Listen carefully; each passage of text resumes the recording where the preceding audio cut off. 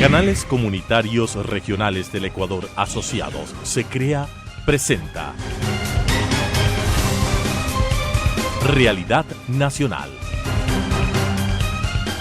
Amigos, qué gusto estar con ustedes como todas las semanas en el espacio de SECREA, de los canales comunitarios y regionales del Ecuador Asociados, que gracias a su gran red de 45 canales de televisión difunden este espacio y algunos otros espacios de interés en beneficio de la sociedad, de la colectividad. Y son específicamente para tratar temas de actualidad, temas políticos, temas sociales, temas económicos y empresariales. En esta ocasión nos acompaña Leonardo Lazo Valencia, más conocido como el famoso Pipo Lazo en su ámbito político y de asesoramiento.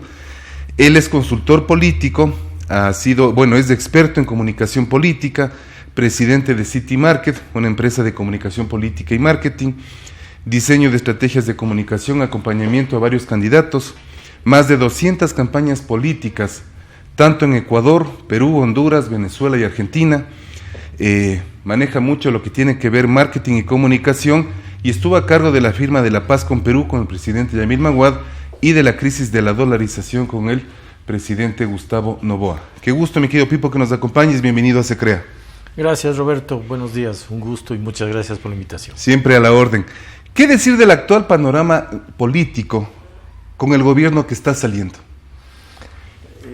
Es decir, se habría que resumir con el desgobierno que está saliendo. Con el desgobierno, ¿ya? O sea, creo que no hay gobierno, ¿no? Yo hace tiempo, aquí mismo en Espacio Tuyo hace mucho, he sido muy crítico de la gestión de Lenin. En ese tiempo todavía había un cierto apoyo, sobre todo en el Círculo Rojo, que al haberse movido del modelo correísta a un modelo aparentemente más liberal de derecha, tenía un cierto apoyo. Pero la realidad ha demostrado que fue un muy mal gobierno y que además su actuación generó un nuevo fortalecimiento del mismo correísmo, que fue lo que quiso dejar atrás. De modo que es una pena, pero bueno, ya termina. Vamos a hablar un poco de ese tema también, de lo que incluso sale del partido, pero ¿Ecuador cuenta en la actualidad con actores políticos de alto nivel o sencillamente con pseudo líderes que esperan llegar a las elecciones, ganar las elecciones y tener un sueldito durante 4 años? Ecuador tiene un problema de fondo, que es el que las élites, los formadores de opinión y por ende los actores políticos tienen toda su filosofía y toda su operación política se basa en un anticorreísmo, es decir, en función de Correa. El Ecuador no tiene un proyecto político alternativo post-correísta, no ha habido, nadie lo ha construido. Entonces, todo lo que aquí se ha discutido en todo este gobierno de Lenin es cómo hacemos para que no regrese Correa, más o menos, ¿no es cierto? Y no se ha diseñado un modelo, un proyecto político con propuestas, con una visión de país, si quieres con un liberalismo renovado, como quieras construirlo. Entonces yo he dicho incluso, y claro, eso no me ha traído buenos vientos con los candidatos y los otros partidos, he dicho que lo que hay en el Ecuador son empresas electorales y no proyectos políticos. Desde macroempresas, como es Creo, hasta microempresas como Concertación o los partidos pequeños. Entonces, son movimientos, partidos que tienen por objeto llegar al poder con el líder A o B. Pero ¿cuál es detrás la filosofía? ¿Cuál es la visión de país? ¿Cómo piensan combatir esa monstruosa desigualdad que es la que nos tiene divididos? ¿Cómo piensan acercarse a todo el sector indígena que desde hace 40 años que volvimos a la democracia sigue más o menos en la misma pobreza, en la misma exclusión, y que ahora dice, bueno, yo también quiero participar y quiero gobernar y quiero poner en valor todos mis saberes ancestrales, mi capacidad productiva, agrícola, etcétera, etcétera? Entonces, todo eso no han sido capaces de sentarse y conversar, porque además hay un hecho. Ahora la gente quiere participar. Así es. Los indígenas quieren participar, los jóvenes quieren participar, los millennials dicen, oye, yo tengo mi masterado, mi posgrado, mi PhD, puedo poner en valor eso, déjame, ¿no? Y entonces, al no haber un proyecto abierto que discuta, que tome las ideas de la gente, que potencie ese talento y esa capacidad que hay en los ecuatorianos, Lo que ha pasado es que repite este mismo rito correísmo, anticorreísmo, que además ya está bastante desgastado, porque ya fue el tema de campaña de hace 4 años. Ahora, en lo que tú acabas de decir, cuando se menciona de que las tiendas políticas por sus nombres, logotipos y colores, se han convertido en microempresas y en gran empresa para que participen en las elecciones. Primero. Segundo, no tienen una propuesta filosófica que beneficie al ecuatoriano, beneficie al ser humano. Y tercero, buscan candidatos que tal vez sean los mecenas o quienes consigan, quienes les apoyen. ¿Significaría entonces que la próxima década, políticamente hablando en el Ecuador, no se ve con buenos ojos? No, yo creo que más bien... ¿O hay que formar políticos claro, desde la base? Yo soy optimista por principio, ¿no? Siendo viejo y la tendencia debería ser a que me derrote y digo, ya pasó. Yo al revés, creo que el Ecuador, todo esto que está pasando más bien avisora un nuevo Ecuador de todos modos. Por ejemplo, todo este movimiento de Yaku es interesante porque refleja una conjunción de dos elementos. El movimiento indígena, que ahora ya tiene un líder y se potencia, va a ser la segunda fuerza política nacional. Así es.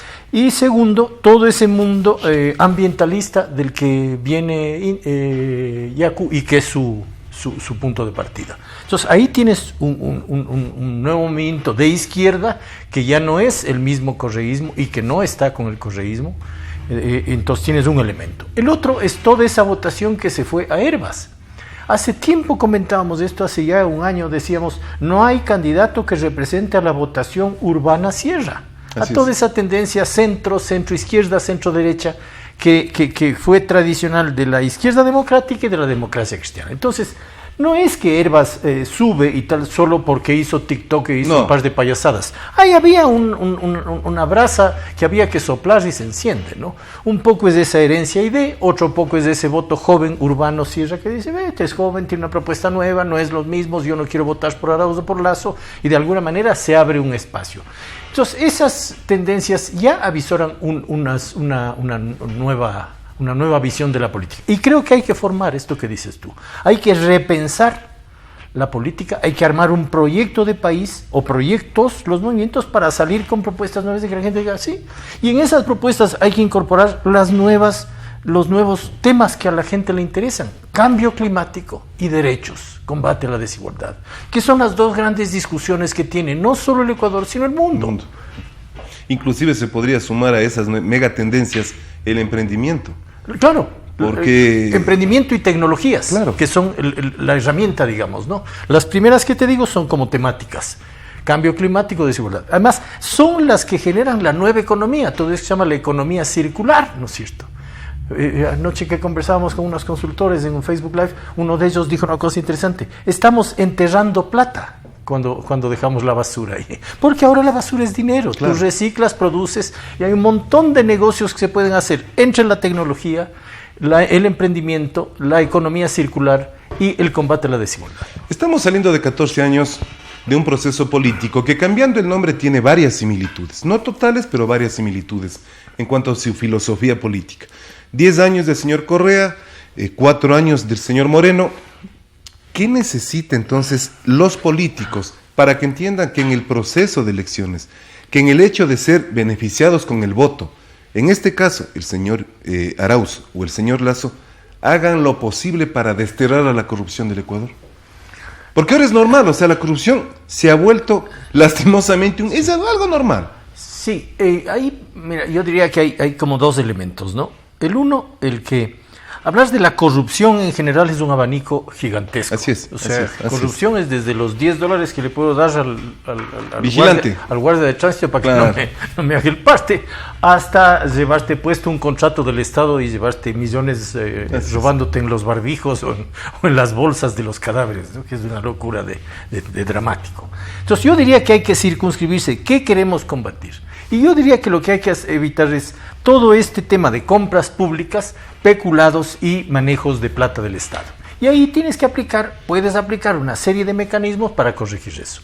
Desde cambios de normativa, como temas de extinción de dominio, estas leyes del arrepentido que se llaman, de modo que la gente pueda beneficiarse de acortar su pena si es que delata a los verdaderos autores.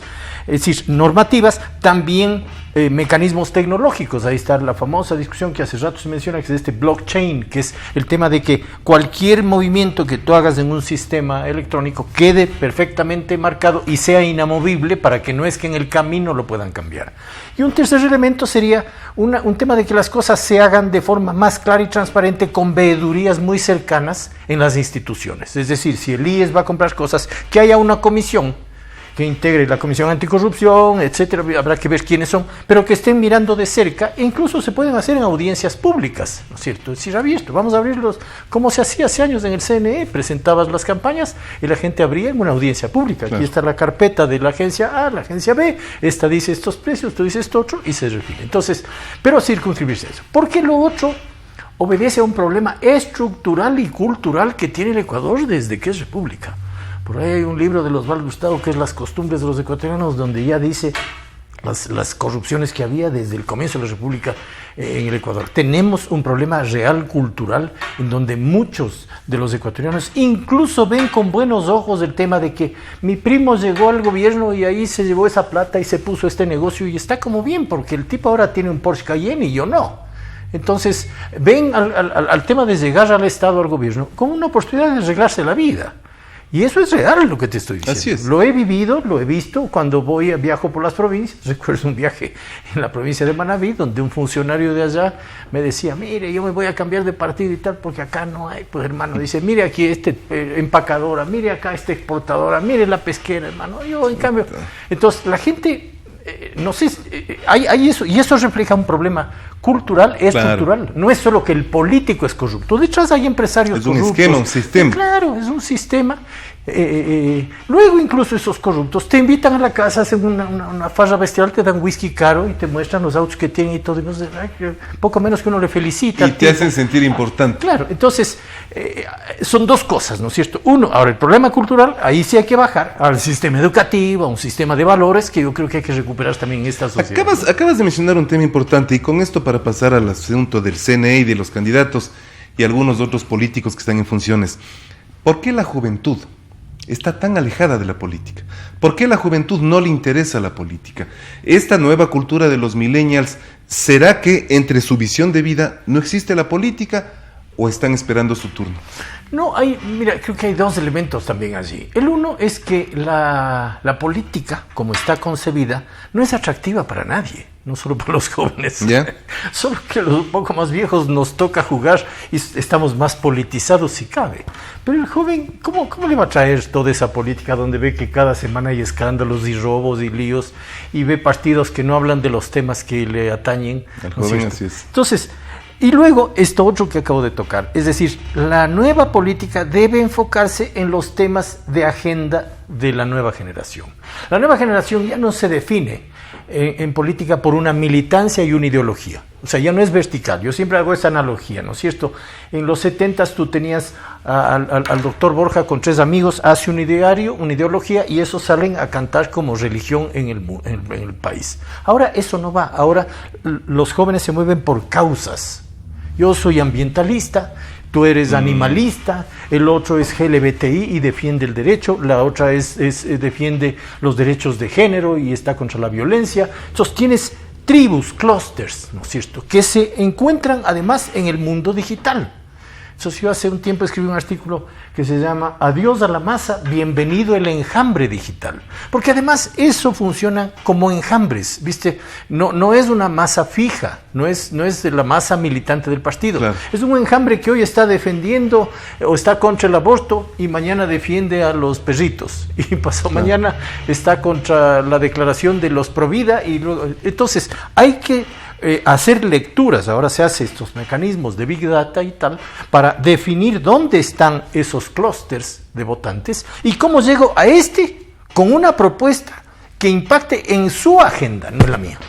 Pero si yo no investigo, sobre el cambio climático, sobre la economía circular, sobre las energías renovables, sobre, en fin, todo lo que pueda hacer. Como propongo. No voy a poder ni conversar. Claro. No me va a oír, pues va a cambiar. Este viejo no sabe nada, no me entiende. Y además él está en la mano con una propuesta para emprender en un tema de reciclaje, en no sé qué. Y va a decir, no, a este viejo si le presento ni siquiera va a saber de qué le hablo. Ni me entiende. Claro. Entonces no hay esa conexión que permita que los jóvenes se integren, ¿no es cierto? Y eso, mientras no se dé, por esto, ahí es donde está la reconstrucción de un proyecto político. Porque si yo voy a llegar solo con que tú eres anticorreísta y no permitamos que regrese porque fue ladrón y no sé cuánto, la gente cambia de canal y dice, no, esto ya he oído. Ya ¿Cuánto nos falta madurar como país? Ahora, el Consejo Nacional Electoral, en el tema ya político, en el tema de las elecciones últimas, ¿demostró eficiencia y organización como debió haber demostrado o no? No, definitivamente no. ¿Qué le faltó al Consejo Nacional Electoral? Yo diría que un elemento fundamental que falta en el Ecuador y en la política que se llama principios y valores.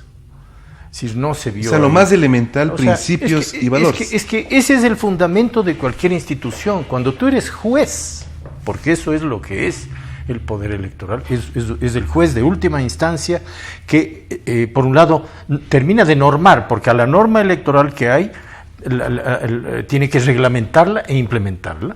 Y luego tiene que normar y usar esa norma para permitir una participación libre, transparente y justa de los diferentes actores. Y eso no pasó, ¿no es cierto? Había una mayoría que jugaba para un lado, regresaba para el otro, las mismas normas se iban acomodando para ver si le conviene, no le dejo entrar a este porque me saca votos acá y entonces opero. Luego hay, y está, incluso sigue vigente, esa disputa, esa confrontación fuerte entre el TCE y el CNE. Es decir, en una disputa que todavía no termina de resolverse, si se destituyen, si no se destituyen. Y lo que acabamos de ver en estos días, en una de estas noches, que el señor Yacu Pérez con su compañera salían de un departamento donde estaba un vocal del Tribunal Contencioso Electoral, y además de eso se puede hablar de la confrontación permanente entre sus integrantes, como tú acabas de mencionar este momento, y los resultados de la primera vuelta que se equivocan y dan un segundo puesto a alguien que después no ha sido.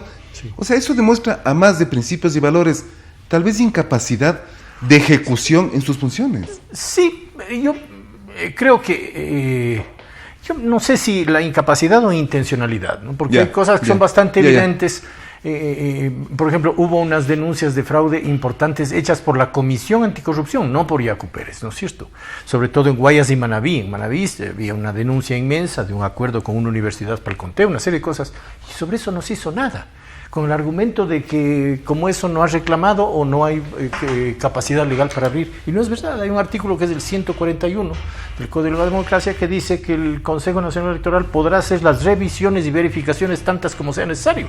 O sea, que no necesitas el pedido de nadie, porque es evidente que si eres una autoridad electoral, puedes contar 50 veces los votos hasta que tú garantices transparencia en lo que pasó. No es que necesito que tú vengas a reclamarme y me hagas el pedido y ahí voy a contar estas 10 mesas. No, señor.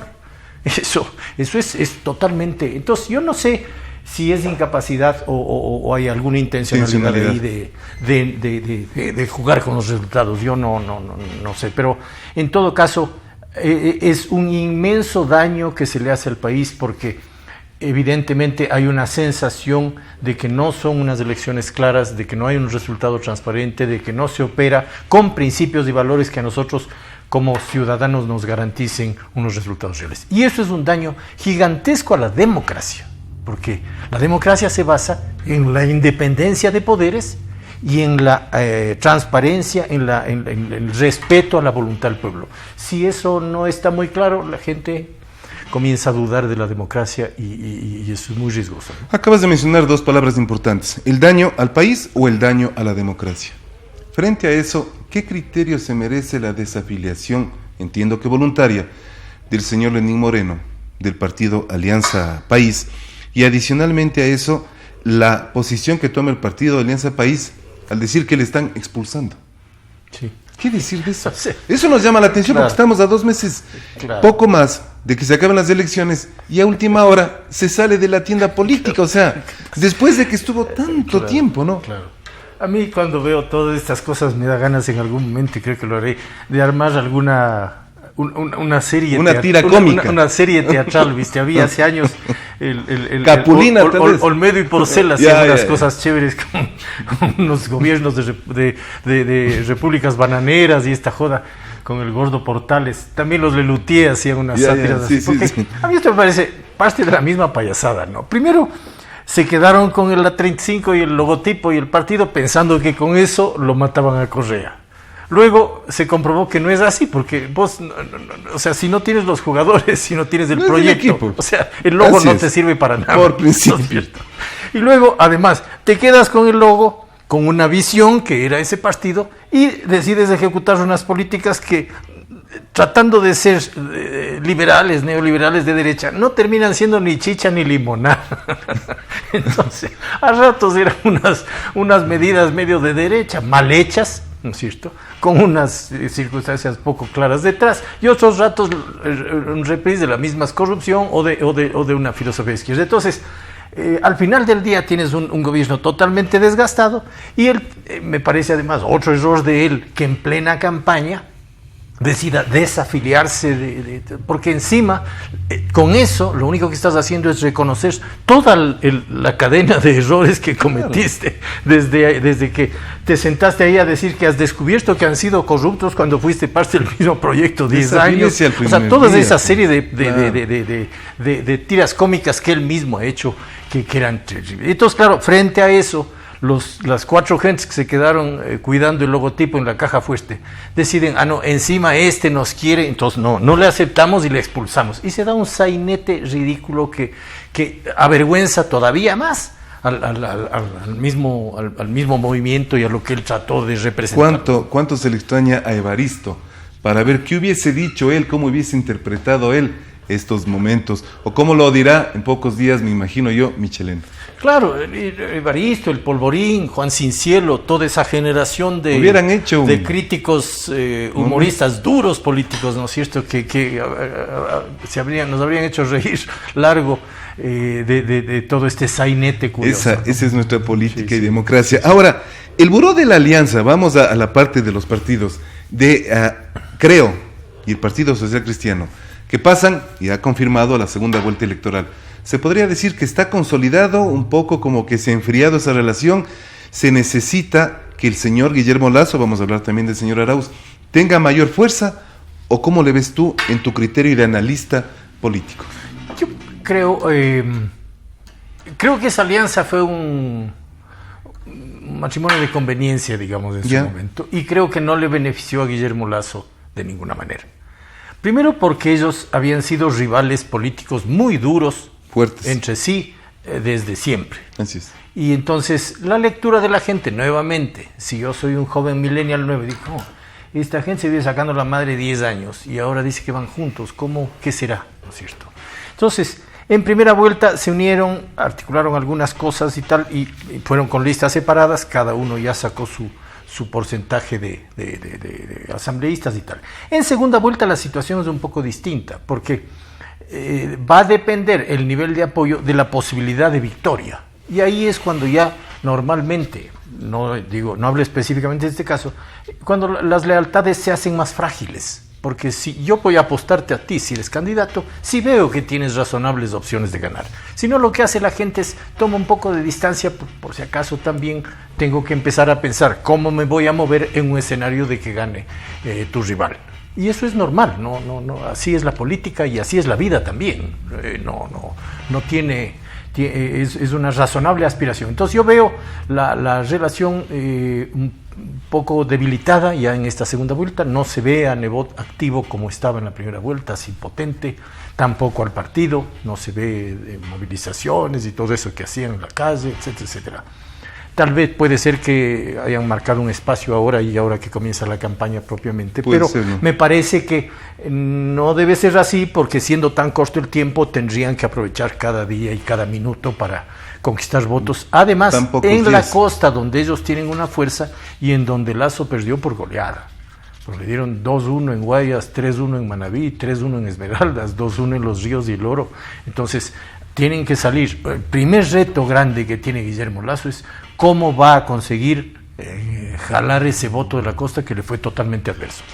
Voto adverso, esperemos que tanto para él como para el señor Arauz, aquí no estamos ni a favor del uno ni del otro, somos un medio y una asociación totalmente abierta, pero esperemos que hagan mejor las cosas por el país. Finalmente, y en pocas palabras, mi querido Pipo, con tu criterio político, ¿es correcto que el municipio de Quito sea quien opere directamente todo el proceso del metro, o como se dijo de un inicio, iban a haber empresas internacionales para ese proceso?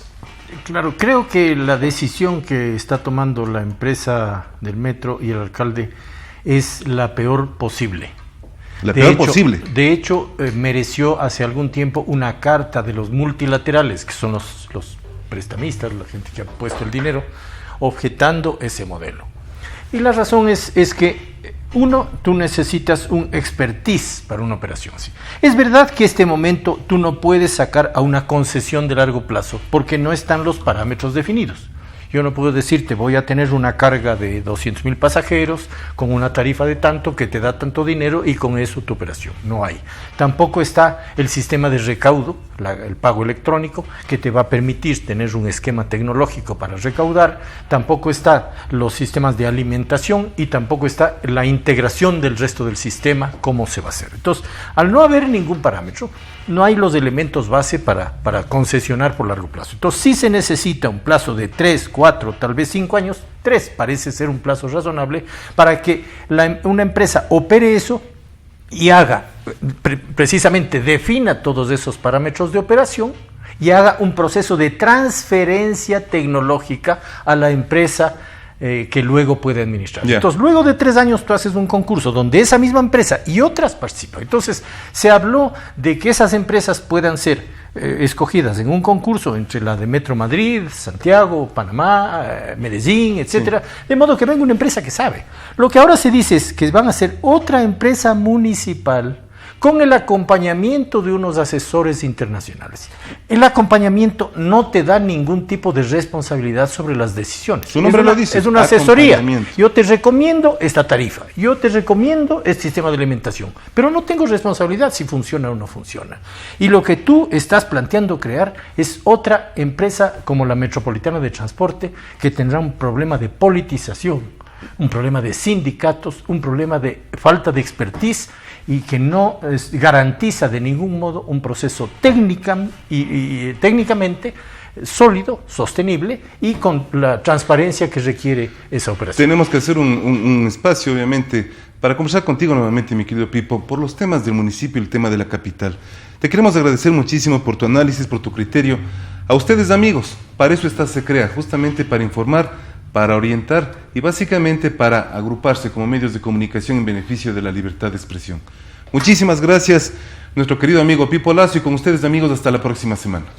Transmitida por Unción, Nordvisión, Color TV, Oca TV, Canela TV, TV+, UCSG Televisión, Costranera, ABC TV, TV Norte, V Televisión, TV Agro, Manavisión, TV Manavita, Saracay TV, Teleandina, RTU, Asomavisión, Telesucesos, Unimax, Ecovisión, Lídervisión, TBS, Ecuavisión, Telegalápagos, Telemar, Televisión Católica, Los Encuentros. Canales comunitarios regionales del Ecuador asociados. Se Crea presentó Realidad Nacional.